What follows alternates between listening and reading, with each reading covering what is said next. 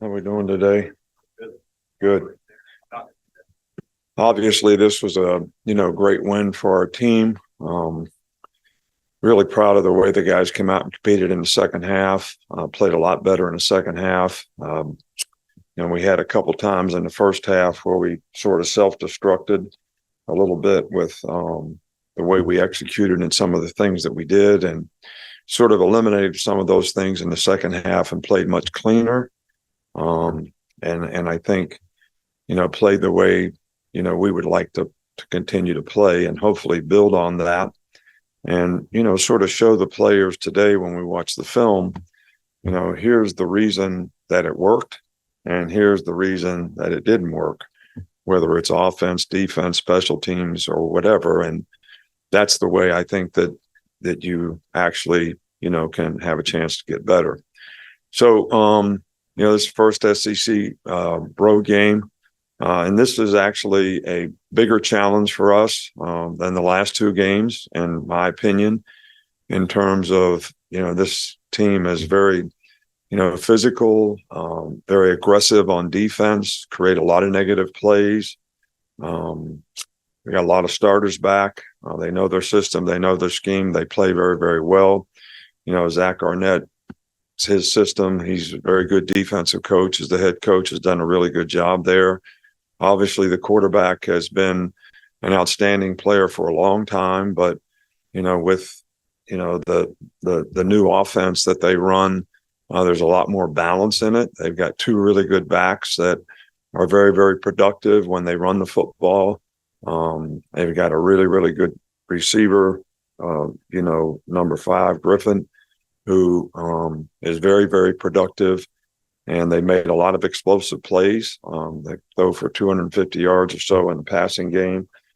They play really good on special teams. So, this is an overall really, really good team. And it's going to be a real challenge for us playing on the road in the SEC to play against, this team this week. And this is something that our players have to really focus on and do a great job in preparation so we can eliminate, some of these things that have happened in games where, whether they're drive stoppers or giving up a big play or whatever it is, we've got to eliminate those things. Start up front here with Nick. What's the growth you've seen from Terrion from last season at cornerback to this season at cornerback? I think he's more confident. I think that he has less sort of, like mental lapses, but I think that the biggest thing that contributes to that is better knowledge of the defense, better knowledge of what to do, how to do it, why it's important to do it that way, and the confidence that comes with that allows you to play fast and focus on the right things. And I think he's played, a lot better this year because of those things. Well, the far left beginning. Good afternoon, Coach. When you had a chance to review the tape, what was your evaluation of Eliza Pritchett and Terrence Ferguson when they got a chance to play? Both guys did okay. I think there were some things that we'd like to finish better. I think the big, point of emphasis with our, offensive line is you got to get your second step on the ground. You got to get your hands inside so that we can finish blocks. And that would be the case with both of those guys, but it also is sort of an overall evaluation of what we need to do to get better in the offensive line.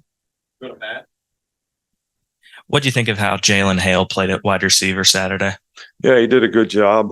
Made some big plays. I think the big thing, with Jalen being a young player is got to know what to do on every play so you can go play fast and do what your job. And, so we need to work hard with him to, try to get him to where he needs to be and make sure that he's out there playing with confidence and a good understanding of the overall system of what we're trying to get done on each and every play.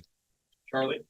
Yeah, hey, Coach. Do you have a better idea of where things stand with Deontae Lawson? And if he can't go, where do you turn from a defensive signal caller standpoint? Yeah, well, we played most of the game, this last week with, Jihad playing and, Tresman playing. So, that'll be the way that we go. Obviously, the depth at that position is going to become critical for us if Deontae can't go. So, and we'll keep working with these guys and try to get them ready to go this week. Go to Chase up front. Robbie Hughes has been playing more the last couple of games. I saw he was a player of the week on offense for Ole Miss. Is he playing more because his value to the offense is on the rise, or has it been more a function of specific game plans or matchups? No, I think that, we trust the guy to do what he's supposed to do. And he's done a really good job of executing in the games and doing the things that he needs to do to for us to have success on plays. And that kind of dependability is important, because you can say what you want to say. You can be better than somebody else, but you got to play better. And I think that's the thing that Robbie's doing, is he's playing better. And because he's doing what he's supposed to do, he understands what he's supposed to do, and he's been very effective in doing it. Go in the back, Bryant. Coach, a great challenge against Mississippi State on the road, but obviously when you think about looking across the field, no Mike Leach this year. What does he mean when you played against him as a coach, and how much you're going to miss coaching against him? Well, I love, Mike Leach. He was, he's different, but in a good way. Had a great sense of humor. Obviously presented, an offensive system and scheme, whatever you want to call it or name it, that was unique and very challenging. But he believed in it and, kind of did it his way. And I always had a tremendous amount of respect for him as a coach, but really liked him as a person. Go to Rodak right here. Rodak. Is there a chance to evaluate that sequence at the goal line after the block punt? Where do you think you can improve, and how much thought is there to going under center and maybe having a QB sneak in that situation? Oh, there's a lot of thought about that. It was not smart on our part to do what we did, and then to get a bad snap after all that. But still, I'm not defending anybody, but with better execution, we shouldn't have snap the ball over the quarterback's head. And we've got to get on the same page on the snap count. But I agree with you that, there's a time when it's 1st and 1 at the 1. Why do you need to be in the gun? 2 more, Tony, then Nick. This is the game against Mississippi State's one of the longest consecutive series in the SEC. Just what are your thoughts about, I guess, not having that every year? And what is this rivalry or this game? Ben, what do you think when you look back at this game, having played it? Well, my focus is on this game. I don't look back at other games. I think there's a time and place to commiserate or celebrate or whatever you want to do relative to rivalries and the changing environment and landscape of college football. But to me, everything is about this game, our team, trying to get our team better, trying to get our team to play, winning football against a very good team. So I don't have a lot of thoughts or spend a lot of time at this time, thinking about those kinds of things. Finish up with Nick. I think Dallas has like 4+ sacks the last 2 weeks. Can you tell during practice that he's kind of taking his preparation seriously and is focused enough to deliver those efforts on Saturday? Well, I don't, Dallas has always been a really good player for us, and guy works hard in practice every day, tries to do everything his coach wants him to do.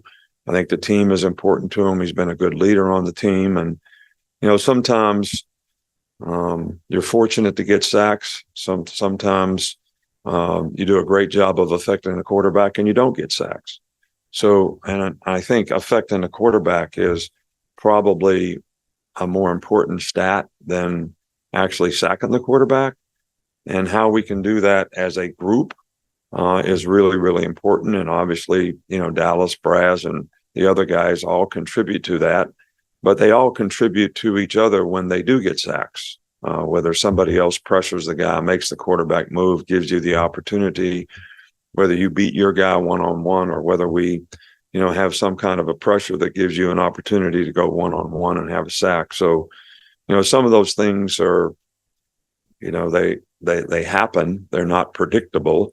But when you have players that do the right things and work hard all the time and have really good ability, the chances of it happening for them are a lot greater. All right. Thank you.